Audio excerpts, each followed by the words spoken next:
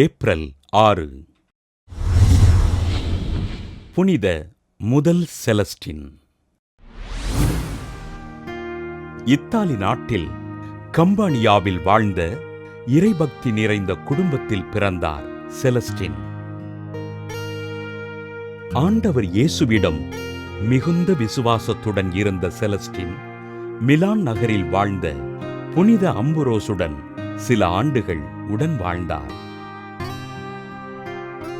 திருத்தந்தை முதலாம் இன்னோசென்ட் அவர்களின் திரு அவையில் திருத்தொண்டராக பணியாற்றிய செலஸ்டின் கிபி 422 ஆண்டு திருத்தந்தையாக தேர்ந்தெடுக்கப்பட்டு திருச்சபையினை வழிநடத்தினார்.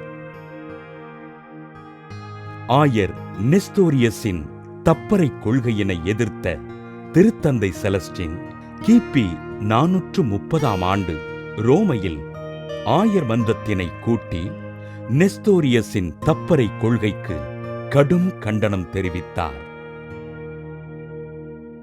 கிபி 431 ஆண்டு எபேசு நகரில் நடந்த பொதுச்சங்கத்தில் ஆண்டவர் இயேசுவினை கடவுளின் மகன் என்றும் மரியன்னையினை கடவுளின் தாயென்றும் உறுதிப்படுத்தினார். கிறிஸ்துவினை அறியாத அயர்லாந்து மக்களுக்கு நற்செய்தி அறிவிப்பதற்கு ஆயர் பேட்ரிக்கை அனுப்பி வைத்த திருத்தந்தை செலஸ்டின் அயர்லாந்து கிறிஸ்துவ நாடாக மாறுவதற்கு மூல காரணமாக அமைந்தார். டிராஸ்டவரே நகரில் அழிக்கப்பட்ட மரியன்னை பேராலயத்தினை புதுப்பொலிவோடு சீர் செய்த திருத்தந்தை செலஸ்டின் உடல் நலிவுற்று கிபி 432 ஆண்டு ஜூலை 26 நாள் இறைப்பதம் சேர்ந்தார்.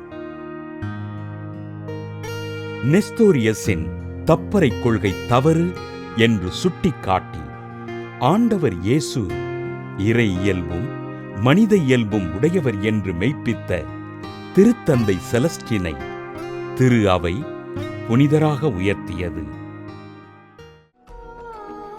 இன்று புனித செலஸ்டின் திருவிழாவினை கொண்டாடுகின்ற நாம் ஈழப் போரில் உறவுகளையும் உடைமைகளையும் இழந்து தவிக்கின்ற மக்களை ஆண்டவர் நிறைவாக ஆசீர்வதித்து அவர்களை வழிநடத்தும்படியாக ஜெபிப்போம்.